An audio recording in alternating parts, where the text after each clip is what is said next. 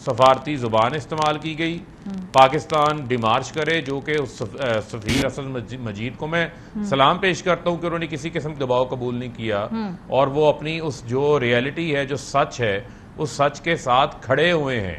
بنیادی طور کے اوپر اس خط میں لکھا کیا ہے, کیا چیز ہے ایسی جس کو بلیٹنٹ انٹرفیرنس کہا جا رہا ہے, سازش کا لفظ بار بار یہ کہا جا رہا ہے. فاروق آج کیوں پھر کہا گیا کہ سازش نظر نہیں آئی, اس کو آپ کیسے انٹرپریٹ کریں گے, کیونکہ یہ الفاظ استعمال کیے گئے نا, میں جاننا چاہتی ہوں کہ یہ سازش کیوں ان کو نظر نہیں آ رہی پھر. دیکھیں بات یہ ہے, یہ جتنی چیزیں ہیں یہ تمام آفٹر تھاٹس ہیں. میرا ایک بنیادی سوال ہے کہ جب نیشنل سیکیورٹی کونسل کی پہلی میٹنگ ہوئی اور کابینہ نے بھی یہ فیصلہ کیا کہ آپ اس کو پارلیمنٹ کی قومی سلامتی کمیٹی کی میٹنگ میں لے کے جائیں, شہباز شریف, پی ڈی ایم تمام بھاگ گئے, اس میں نہیں آئے. اسد کیسر سپیکر مستعفی ہونے سے پہلے وہ کہتے ہیں یہ خط میرے پاس ڈی کلاسیفائی ہو کے کابینہ کے فیصلے کے نتیجے میں پہنچ گیا ہے. یہ اپوزیشن لیڈر دیکھ سکتے ہیں, نہیں دیکھتے. اسمبلی کے فلور میں کہتے ہیں ہم پارلیمنٹ کا ان کیمرہ سیکیورٹی کا اجلاس بلائیں گے, لیکن جو ہے کمیشن بنانے سے بھاگ رہے ہیں. کیوں بھاگ رہے ہیں؟ کیونکہ ہمارے سوالات اپنی جگہ کے اوپر موجود ہیں. ہم چاہتے ہیں اب اس کی اوپن ہیئرنگ ہونی چاہیے, یہ ایک آزاد کمیشن ہونا چاہیے. یہ جو سوال آج سامنے آئے ہیں, یہ سوال میں نہیں کر رہا یا آپ نہیں کر رہی, یہ پاکستان کا ہر شہری یہ سوال کر رہا ہے کہ کیسے باہر بیٹھ کر جو ہے وہ ایک ملک پاکستان کے اندر رجیم چینج کر سکتا ہے. کہا جا رہا ہے کہ عمران خان کے خلاف ووٹ آف نو کانفیڈنس کامیابی کے ساتھ پاکستان کے تعلقات کو جوڑیں گے. اگر کامیاب ہوگی سب کچھ بھلا دیا جائے گا, نہیں کامیاب ہوگی تو پاکستان کو برے دن دیکھنے پڑیں گے. ٹف ڈے تھا ہیڈ کا لفظ یوز ہو رہا ہے, اور کہتے ہیں عمران خان نے رشیا جانے کا فیصلہ اکیلے کر لیا. یہاں سے بیٹھ کے کون انہیں فیڈ کر رہا تھا؟ ٹھیک ہے, تو یہ سارے جوڈیشل کمیشن کے اوپر یہ جو بلیٹنٹ انٹرفیئرنس ہے, مداخلت ہے, یہ مداخلت کوئی چیز نہیں ہے. مداخلت کوئی چیز نہیں. اس مداخلت کے نتیجے میں پوری حکومت چینج ہو گئی. اس مداخلت کے چینج میں جس کے اوپر فرد جرم عائد ہونی تھی وہ وزیر اعظم بن گیا, اور بنتے ساتھ ہی اپنے آپ کو این آر او دے دیا. یہ پوچھ لیتے ہیں نا ڈاکٹر صاحب سے, یہ ڈاکٹر صاحب سے پوچھ لیتے ہیں کہ کیوں جوڈیشل کمیشن نہیں بنا رہے, دودھ کا دودھ پانی کا پانی ہو جائے گا. یہ جو ہر روز جلسے کے اندر کھڑے ہو کے آپ لوگوں کو بریکی سازش کا جو ہے نتیجہ ثابت کر رہے ہیں آپ کی حکومت کو, نا بنا دیجئے, یہ ختم کرے معاملہ, ڈن اینڈ ڈسٹڈ, گورننس کرنی ہے وہ کریں پھر آپ. دیکھیں پہلی بات تو یہ کہ کوئی حرج نہیں ہے جوڈیشل کمیشن بنانے میں, کوئی حرج نہیں ہے. لیکن پارلیمان جو ہے اس کے اندر پہلے پارلیمانی کمیشن بننا چاہیے. پارلیمان ایک ایسا فورم ہے جس میں پاکستان کے تمام الیکٹڈ ممبرز بیٹھتے ہیں. پارلیمان کے اندر یہ بات سامنے آنی چاہیے, ہم بھی دیکھنا چاہتے ہیں. ابھی تک تو کمیٹیز میں یہ بات چل رہی ہے. تو پہلی بات یہ ہے کہ جوڈیشل بھی بنائیں, پارلیمانی کمیشن بھی بننا چاہیے. پارلیمنٹ میں ہے نہیں تحریک انصاف, وہ وہاں سے جا چکے, استعفے منظور ہو یا نہ ہو, آ جائیں تشریف لائیں, پارلیمان کے اندر بیٹھیں, ورنہ جو پارلیمان میں لوگ بیٹھے ہیں ان کے سامنے تو لائیں. اس کے بعد جہاں پہ آپ کہیں گے وہاں بھی جایا جا سکتا ہے. مگر سوال یہ پیدا ہوتا ہے کہ اگر آج پاکستان کی جو سیکیورٹی کمیٹی کی میٹنگ ہے اس میں جو اعلامیہ باہر آیا ہے اس میں 2-3 چیزیں سامنے آئی ہیں. ایک تو وہ ایمبیسڈر جو ہے وہ خود پیش ہوئے, ان ایمبیسڈر صاحب سے پوچھا گیا جن کے جو یہ کہتے ہیں نا کہ یہ تو خود بنا تھا, یعنی پاکستان کا ایک 22ویں گریڈ کا افسر جو ہے وہ امریکہ سے بیٹھ کے امریکی مراسلہ نہیں کوئی بھیجتا بلکہ کسی میٹنگ کا اپنا لکھا ہوا ایک سمرائزڈ وہ ویو بھیجتا ہے. وہ فارمل میٹنگ تھی, اس میں وہ نوٹ جی سے غرض نہیں ہے, میں آپ کو بتا رہا ہوں کہ یہ جو سائفر ہوتا ہے یہ آپ کا اپنا تجزیہ ہوتا ہے. لیکن سر کسی کافی شاپ میں بیٹھ کے کوئی گپ شپ پہ نہیں ہوئی تھی, باقاعدہ بلا کے ملاقات 1 to 1 ہوئی اور پھر کہا کہ کنوے کیجئے. جی سارا دن یہاں پہ آپ جو سفارتکار ہیں ان سے بات کر لیں, وہ سارا دن بیٹھے ہوتے ہیں, ان کے ساتھ بھی بیٹھے ہوتے ہیں, ہم سے بھی بیٹھے ہوتے ہیں, لوگوں سے بات کر رہے ہوتے ہیں, فارمل کمیونیکیشنز بھی کر رہے ہوتے ہیں, انفارمل کمیونیکیشنز بھی کر رہے ہوتے ہیں.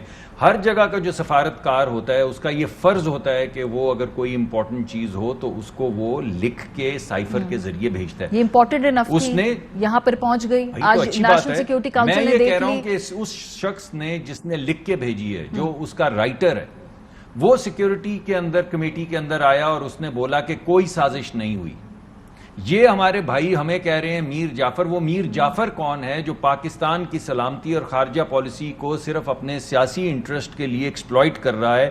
وہ میر جعفر ہے, یا جس کے متعلق وہ شخص جس نے لیٹر لکھا ہے وہ بیٹھ کے کہہ رہا ہے کہ نہ کوئی سازش ہوئی ہے اور نہ کسی نے غداری کی ہے. پر وہ یہ ضرور کہہ رہے ہیں کہ مداخلت ہوئی ہے. ارے بھائی ایک ملک جو ہے کہ ہمیں امریکہ جیسے ملک کو بلا کر وہاں پہ ڈپلومیٹ کو ڈیمارش دینا پڑا. تو کیا نا کتنے اسٹرانگ الفاظ، اتنے نامناسب ہم بھی الفاظ ہوتے ہیں وہاں پہ، ہم بھی ڈیمارش ہوتے ہیں، ہمارے سفیر بھی جا کے ڈیمارش ہوتے ہیں.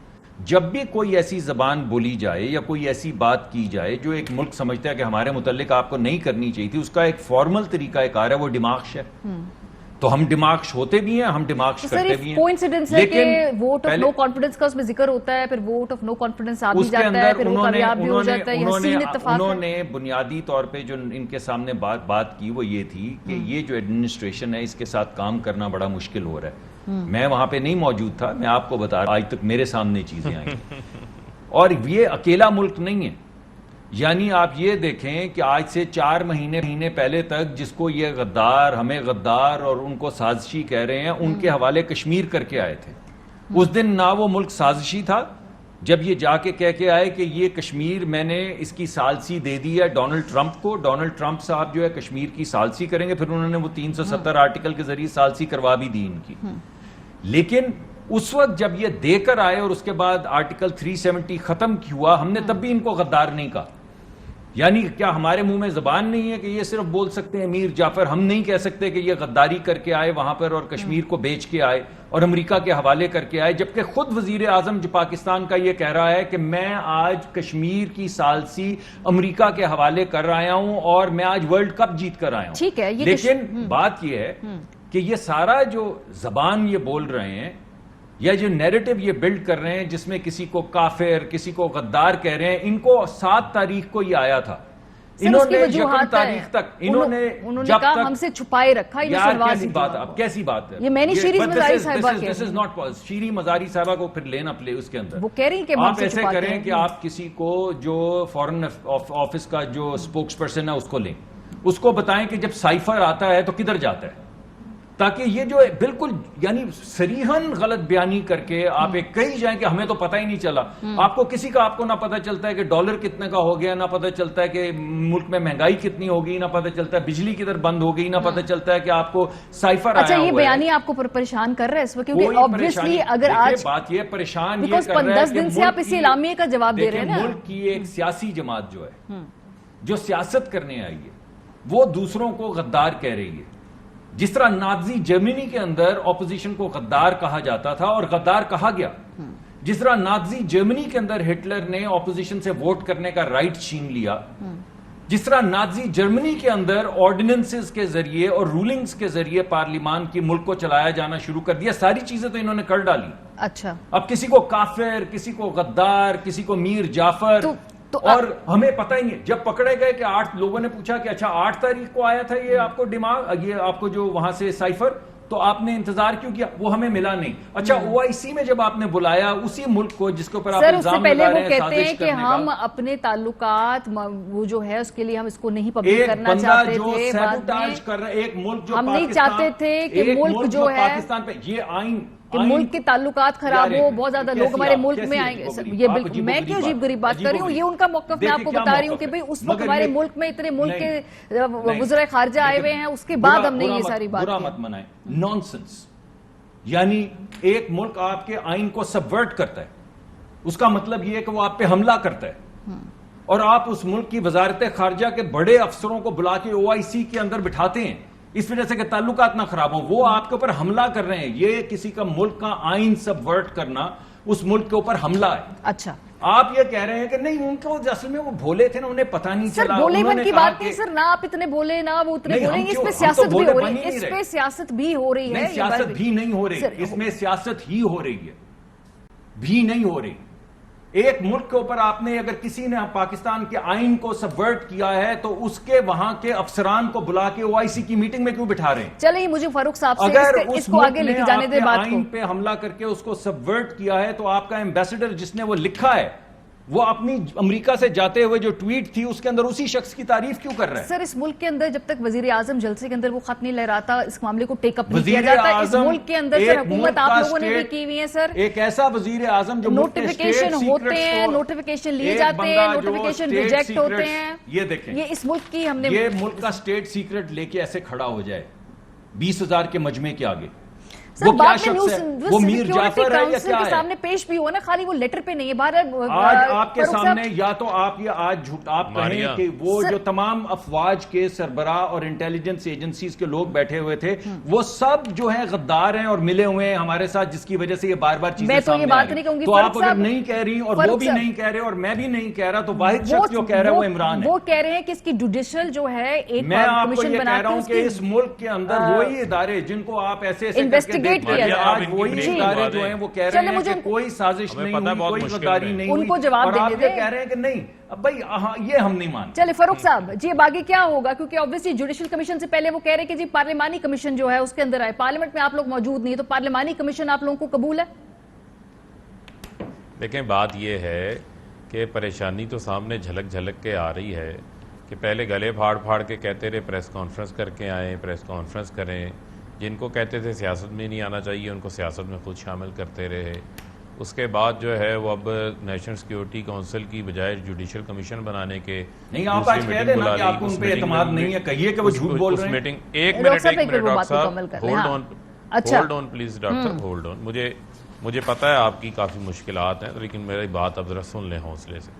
دیکھیں بنیادی طور کے اوپر آج دوسری میٹنگ بھی بلا لی لیکن جوڈیشل کمیشن نہیں بنایا. معاملہ کیا ہے؟ معاملہ یہ ہے کہ یہ کہتے ہیں کہ پارلیمنٹری کمیشن بنا دیں. پہلے کون سی پارلیمنٹری کمیشن بنا دیں؟ اس پارلیمنٹ کی بنا دیں جس کی عزت آپ نے یہ چھوڑی ہے کہ جہاں لوٹا ساز فیکٹری لگائی ہوئی ہے, آپ نے چھانگا مانگا بنایا ہوا ہے. آج آپ کہہ رہے ہیں کہ ان سیکیورٹی کے اداروں کو غدار کہہ دیں. آپ ان کو کیوں بیچ میں لاتے ہیں؟ جہاں جن کے خلاف آپ ڈاؤن لیکس کرتے رہے ہیں, جن کے خلاف آپ میموگیٹ کرتے رہے ہیں, جن سے چھپ چھپ کے کھٹ منڈو میں نواز شریف ملاقاتیں کرتے رہے ہیں, جن سے چھپ چھپ کے مودی کو اپنے گھر پہ بلا کے ملاقاتیں ہوتی تھیں, آپ ہمیں نا یہ بتائیں یہ باتیں. معاملہ بنیادی طور کے اوپر کیا ہے؟ سیدھا سیدھا معاملہ ہے کہ آپ کہتے ہیں مداخلت ہے, ثابت شدہ ہے. پہلے تو یہ معافی مانگیں, ان کے لیڈران کے بیان نکالیں نا, آپ چلائیں ٹی وی پہ. پہلے انہوں نے کہا یہ لیٹر فورج ہے, یہ ہے ہی نہیں, یہ یہیں لکھا گیا ہے, یہیں لکھا گیا ہے. یہ تمام چیزیں ان کی غلط ثابت ہوئی ہیں, ان کے منہ پہ پڑی ہیں یہ تمام چیزیں جو یہ کہتے رہے ہیں. یہ ایک حقیقت ہے, حقائق ہیں. اب میں یہ سمجھتا ہوں کہ اس سے ایک قدم آگے جانا ہے. اس کو کور اپ نہ کریں, خدا رہا اس کو کور اپ نہ کریں. یہ کور اپ کرنے والا معاملہ نہیں ہے. ہم بھی نہیں چاہتے, ہمارا بھی دل نہیں مانتا کہ ہم کسی کو یہ بات کہیں میر جعفر, میر صادق یا غدار کہیں, لیکن آپ بھی کیوں پھر اس کے پیچھے چھپ رہے ہیں؟ آپ پہلے دن اناؤنس کریں, بنائیں جوڈیشل کمیشن. عدلیہ کے پاس بھی خط موجود ہے, چیف جسٹس آف پاکستان کے پاس یہ خط موجود ہے. کوئی مذاق ہے کہ ایک ملک کی آپ پرائم منسٹر کو چینج کر دیں کسی باہر کے کہنے کے اوپر, اور سائفر میں فارمل میٹنگ کے اندر موجود ہو اور کہتے ہیں جناب یہ تو سائفر لکھتے رہتے ہیں, یہ تو اپنا تجزیہ. بھائی کوڈ اینڈ کوڈ اس سائفر کے اندر چیزیں جو میٹنگ میں ڈسکس ہوئی ہیں وہ مینشنڈ ہے, کوڈ اینڈ کوڈ. یہ کسی بھی سفارتکار سے آپ پوچھ لیں. اور ڈیمارش کرنے کی جو تجویز ہے وہ بھی اسی امبیسڈر نے دی تھی جو امبیسڈر یہاں پر آج پیش ہوا ہے. یہ صرف ڈیمارش صرف اسلام آباد میں نہیں ہوا, یہ ڈیمارچ جو ہے واشنگٹن کے اندر بھی کیا گیا ہے. تو لہذا یہ کہہ دینا کہ جناب یہ صرف ایک مداخلت ہے, کوئی سازش نہیں ہے. 80 سیٹوں والے کو وزیر اعظم ملک کا بنا دیا پکڑ کے آپ نے, اور تمام جماعتیں راتوں رات اکٹھی ہو گئی جو ایک دوسرے کی شکل دیکھنے کو تیار نہیں تھے. اور راجہ ریاض بتائیں کون سے ہنری کنسنجر ہیں جو جا کے امریکن ایمبیسی کے اندر ملاقاتیں کرتے پھر رہے تھے. اور نور عالم سے کون سی انہوں نے ایسی باتیں شیئر کرنی تھی؟ یہ جتنے ڈیسینڈنٹس ہیں جن سے ملاقاتیں ہوئی ہیں, کیا ان کی تحقیقات نہیں ہونی چاہیے؟ بنیادی طور کے اوپر یہ پاکستان کی جمہوریت کو, پاکستان کے پارلیمنٹری نظام کو جس انداز سے گدلا کیا گیا ہے, جس انداز سے پاکستان کے اندر یہ لوٹا ساز فیکٹری, پنجاب میں تو انہوں نے ووٹ بھی کاسٹ کروائے ہیں زمین فروشوں کے. اس کے بغیر ووٹنگ ہو سکتی تھی, نمبرز ہی نہیں پورے تھے. نہ آرٹیکل 63A کا فیصلہ آ رہا ہے, نہ جو ہے وہ آپ کا 12 بجے رات کو جو ہے وہ عدالت بھی لگ جاتی ہے جب کوئی اور معاملہ ہوتا ہے, لیکن جب یہاں معاملہ دیکھنے کی باری آتی ہے اس وقت معاملہ عید کی چھٹیوں کا چلا جاتا ہے. تو یہ وہ تمام چیزیں ہیں جو پاکستان کی قوم اب ان کے حقائق جاننا چاہتے ہیں. آج جو ہے وہ انفارمیشن کا دور ہے. آپ لوگوں کے اوپر قدغن نہیں لگا سکتے. لوگوں کو پولیٹیکلی لوگ بہت ایجوکیٹ ہو چکے ہوئے ہیں, لہذا اگر آپ کہیں کہ آپ لوگوں کے اوپر کو آئی واش کر دیں گے, یہ آئی واش نہیں ہونے والا. ہاں, اس کے جو کیا یہ معاملہ آپ کو لگتا ہے یہاں پہ ختم ہو جائے گا, کیونکہ جوڈیشل کمیشن کا جو مطالبہ ہے تحریک انصاف کا, اسی کی طرف جانا پڑے گا. اس کے علاوہ شاید ان سوالات کے جواب ملے. میں نے آپ کو پہلے بتایا ہے کہ کوئی حرج نہیں ہے کسی بھی قسم کے کمیشن بنانے میں, لیکن ہم پارلیمان کے ممبر, حد ہو گئی یار, ہم پارلیمان کے ممبر, ہم ٹٹو ہیں.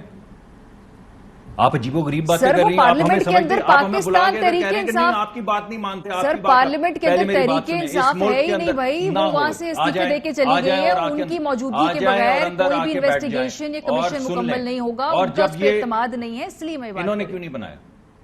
انہوں نے بلایا تھا آپ لوگوں کو کہ بھئی آکے آپ لوگ لیٹرز دیکھ لیجئے. کیسے کھسک رہی ہیں؟ کھسکنے کی کیا بات ہے؟ جب یہ حکومت میں تھے, انہوں نے کیا آپ کو دعوت دی تھی اپوزیشن کو یا نہیں دی تھی کہ آکے لیٹر دیکھ؟ بات تو کرنے دیں.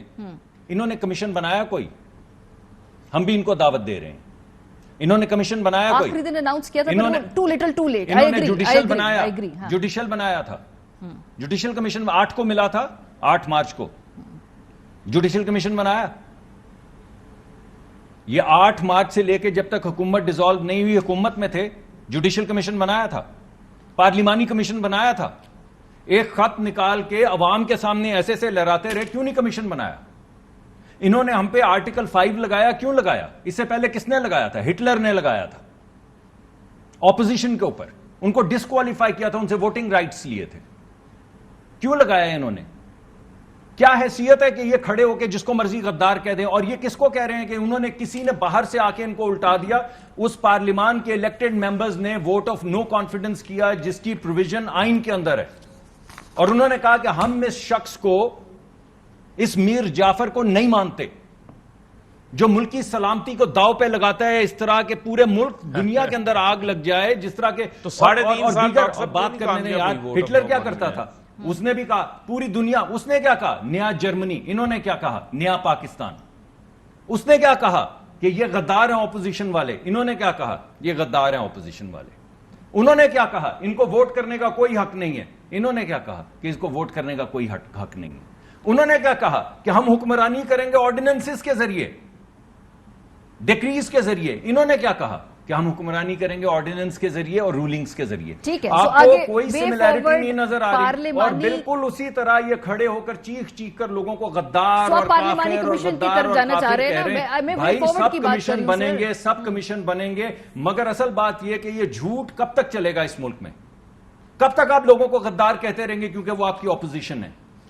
کب تک لوگوں کو گولیاں مرواتے رہیں گے اسی طرح جس طرح انہوں نے احسن اقبال صاحب کے ساتھ کیا ہے؟ فاروق حبیب صاحب سے لے لوں اس کے اوپر. فاروق, فی الحال پارلیمانی کمیشن کی طرف جو ہے یہ تجویز جا رہی ہے, وہ تو آپ لوگوں کو نہیں منظور اس وقت, یا قبول ہے, یا اس پہ بیٹھنے کو تیار ہے؟ دیکھیں بنیادی طور کے دیکھیں بات یہ ہے کہ کون ہٹلر ہے کون نہیں ہے. ماڈل ٹاؤن کے 14 لوگوں کو جس طرح سائیوال یاد کریں, دنیا کو پتا ہے. صرف بنیادی طور کے اوپر نہ ان سے حکومت چلنی ہے, یہ امپورٹڈ گورنمنٹ ہے جس کو عوام مسترد کر چکے ہیں. فوری انتخابات پاکستان کے اندر سیاسی اور معاشی استحکام کی طرف آگے لے کے جائیں گی چیزوں کو. جوڈیشل کمیشن فوری طور کے اوپر بننا چاہیے. اس کے علاوہ مجھے کوئی اور حل جو ہے وہ نظر نہیں آتا. یہ اسے بھاگ نہیں سکتے, یہ اسے آنکھیں بند نہیں کر سکتے. میں سمجھتا ہوں جو اسے نظریں چرائے گا وہ حقیقت سے نظریں چرائے گا, اور مزید جو ہے وہ لوگوں کا وقت ضائع نہ کریں. جس طریقے کا یہ اتحاد بنا ہوا ہے نہ جھنڈا ایک ہے, نہ نظریہ ایک ہے, نہ سوچ ایک ہے. یہ جس قسم کا مصنوعی اتحاد بنا ہے, جس قسم کی کابینہ بنی ہے, ان کے اپنے لوگ اس چیز کو ماننے کو تیار نہیں ہیں. ان کے اپنے خواجہ آصف اسمبلی میں کھڑے ہو کے کہہ رہے ہیں مجھے اس بحث کو سمیٹنا ہے. فضل الرحمان کہہ رہے ہیں انتخابات. بہرحال یہ بات ابھی وہیں پہ ہے, لیکن یہ پتہ نہیں کیوں انتخابات سے بھاگ رہے ہیں. پاکستان تحریک انصاف جو ہے اعلامیے کے بعد چاہتی ہے کہ جوڈیشل کمیشن بنا جائے, جبکہ موجودہ حکومت بظاہر لگتا ہے کہ اس سے مطمئن, لیکن اگر وہ بات کرتے تو کہتے پارلیمانی کمیشن جو ہے ان کو وہ ان کی ترجیح ہوگی. آرٹیکل 5 کے جواب میں آرٹیکل 6 لگانا چاہیے. چلے سر آپ لگوا لیجئے آرٹیکل 6, ایک دوسرے سب ایک دوسرے پہ آرٹیکل 5 آرٹیکل 6 ماشاءاللہ لگائیے. بالکل سر, میں کروں, میں چاہتی ہوں کہ سب الیکٹڈ ممبران ایک دوسرے کے اوپر آرٹیکل 6 لگا دے, جو آج تک کبھی ہمارے ملک کے اندر کسی آمر پہ بھی نہیں لگی. بریک پہ جائیں گے, واپس آئیں گے تو اس کے بعد ہم ذرا سندھ میں ہونے والے واقعات پہ بات کریں گے. ہمارے ساتھ رہیے.